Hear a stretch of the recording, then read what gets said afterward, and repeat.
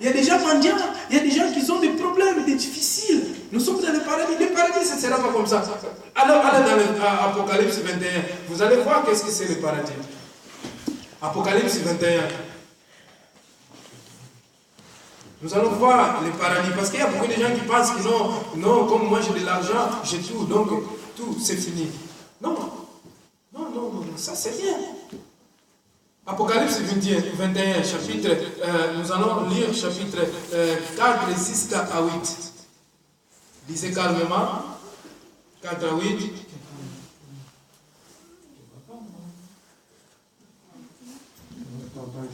Vous pouvez lire de 3 à 8, après on va résumer. Apocalypse 21, tu as dit? Oui, Apocalypse 21, c'est dans la fin du livre. Oui, je sais que c'est à la fin. C'est dans la fin du Nouveau Testament. Nouveau Testament. Verset combien? 21, verset 3 à 8. D'accord. Apocalypse quoi? Apocalypse 21, verset 3 à 8. D'accord. C'est comme ça. En fait. J'entendis du trône une forte voix qui disait: Voici le tabernacle de Dieu avec les hommes. Amen. Il habitera avec eux et ils seront son peuple. Et Dieu lui-même Sera avec eux. Mets bien les lunettes. Et Dieu lui-même sera avec eux. Amen. Il essuiera toute larme de leurs yeux et la mort ne sera plus. Il n'y aura plus ni deuil, ni cri, ni douleur. Alléluia. Car les premières choses ont disparu. C'est ça, le ciel. Continuez, frère Michel. Oui. Et celui qui était assis sur le trône dit: Voici, je fais toutes choses nouvelles. Et il dit: Écris, car ces paroles sont certaines et véritables. Et il me dit: C'est fait, je suis l'alpha et l'oméga, le commencement et la fin. À celui qui a soif, je donnerai de la source, de l'eau de la vie gratuitement. Celui qui vaincra héritera ces choses. Je serai son Dieu et il sera mon fils. Mais pour les lâches, les incrédules, les abominables, les meurtriers, les débauchés, les magiciens, les idolâtres et tous les menteurs, leur part sera dans l'étang de feu, non, dans l'étang ardent de feu et de soufre, ce qui est la seconde mort. C'est pas moi qui écris ça. Si vous croyez à la Bible, moi je crois à la Bible. Est-ce que vous croyez à la Bible? Oui. Amen. Moi je crois à la Bible, que la Bible est la parole de Dieu. Oui, au roi. Vivant. Amen. Jésus il était la parole de Dieu en chair.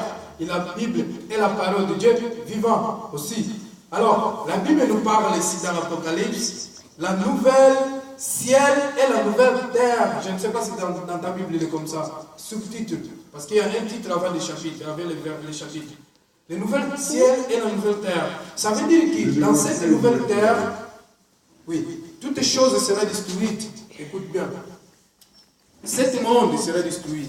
Le ciel sera détruit. Alors, dans cette nouvelle terre et cette nouvelle ciel, Dieu il va habiter avec son peuple. Je ne juge personne.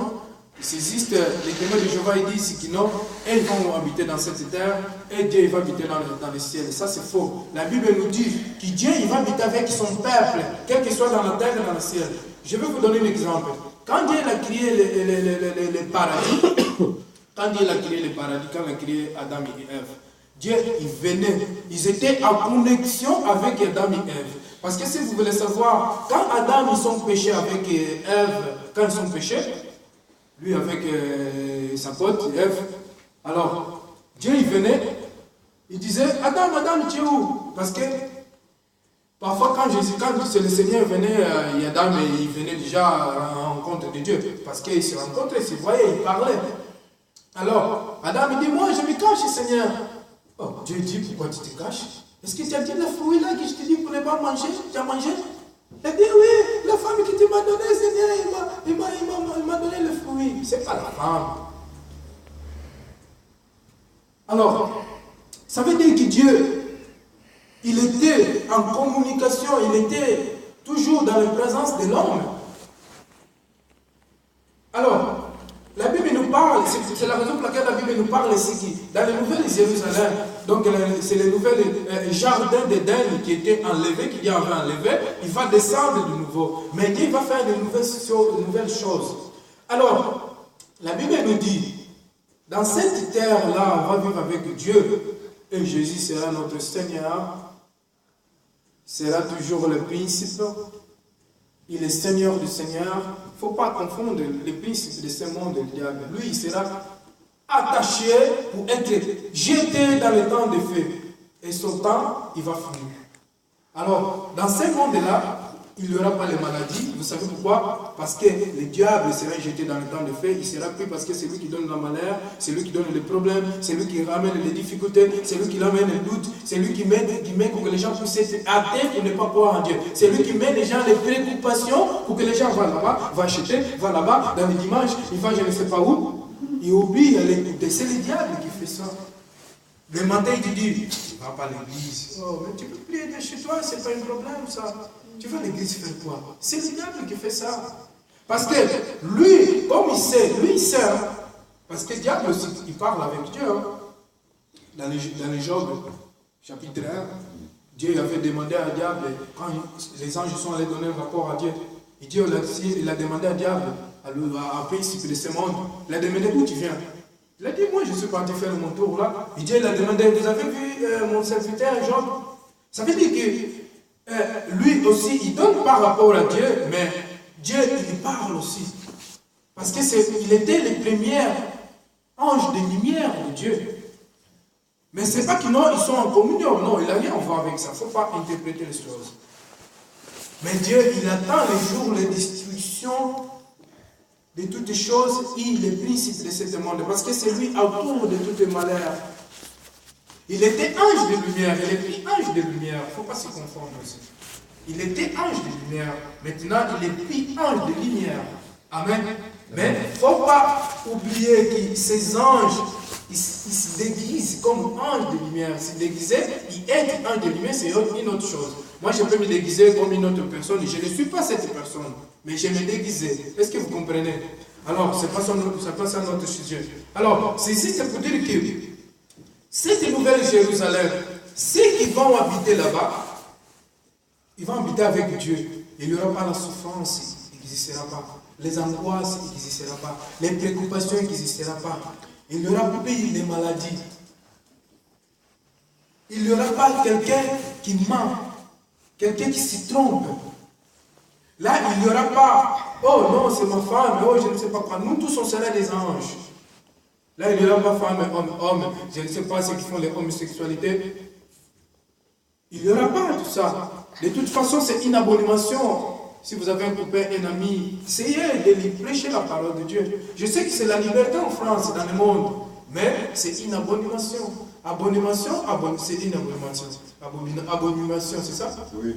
Abomination. Abomination. Oui. Abomination. Alors, la Bible nous dit ici que dans ce monde-là, il n'y aura plus de mort. Vous savez pourquoi? Parce que Dieu il va exterminer la mort. Il n'y aura plus. La mort ne va pas exister. Parce que l'auteur de l'amour, de mort, comme je disais, de la souffrance et des maladies, c'est le principe de ce monde. Mais comme lui, il sera jeté dans l'enfer avec ses démons, avec ses anges qui obéissent, alors il n'y aura plus la souffrance, ni maladie, ni la mort. Là, on va vivre pour toujours, pour l'éternité avec Dieu. Amen. Ça sera ça, la nouvelle Jérusalem. Mais écoutez ceci.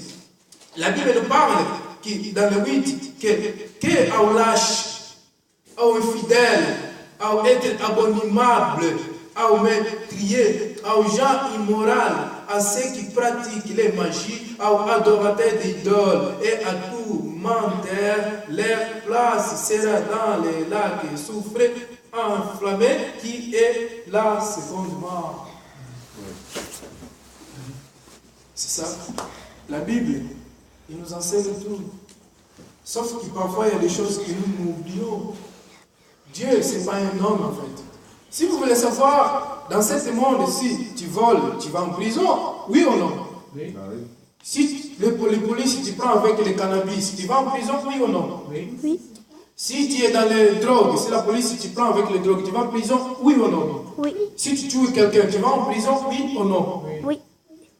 Alors, si les humains, il y a une loi de ces gouvernements, de ces mondes, c'est lui qui a créé les humains. Est-ce qu'il ne va pas appliquer ces lois-là?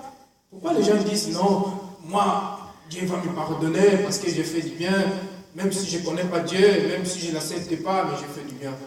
Mais est-ce que vous avez déjà vu un policier, il est police, et il n'est pas police, et non, une personne, il n'est pas police. Un agent civil, il n'est pas police, et dans la fin du mois, il va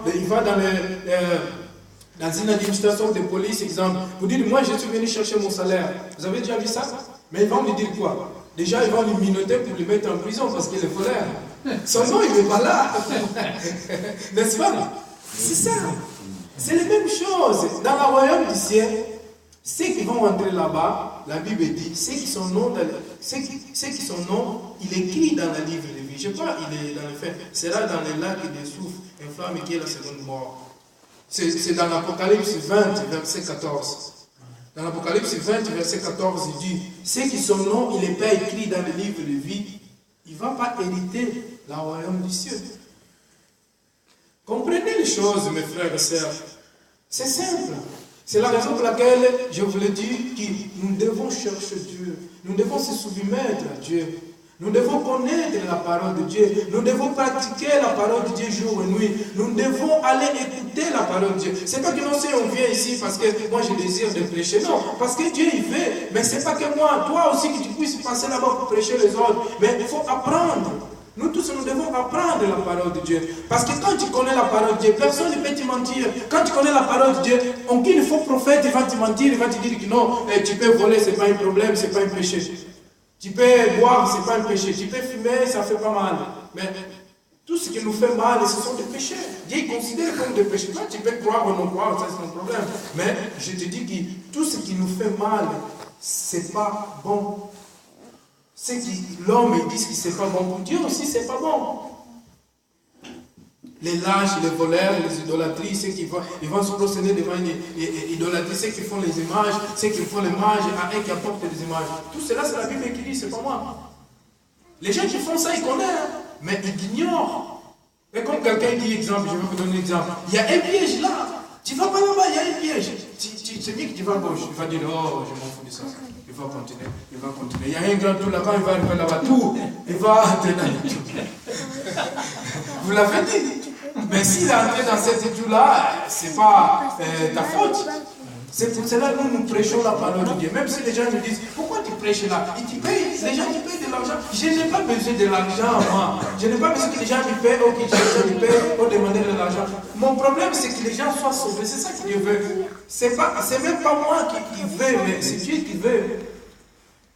Comme je disais, nous sommes des ambassadeurs de Jésus-Christ. Vous êtes des ambassadeurs de Jésus-Christ. Nous tous, nous sommes des ministres de Jésus. Les buts de Dieu, pour que nous puissions ramener les gens en Jésus et lui montrer la vérité. Parce que les gens ils sont dans les mensonges, ils sont dans l'erreur, ils sont dans l'esprit d'erreur. C'est pour cela, moi je dis toujours, il faut recevoir le Saint-Esprit, c'est très important. Être baptisé d'immersion. Ceux qui ne sont pas encore baptisés d'immersion, il faut être baptisé d'immersion pour recevoir le Saint-Esprit. Parce que quand vous recevez le Saint-Esprit, vous allez connaître les faux prophètes et les vrais faux.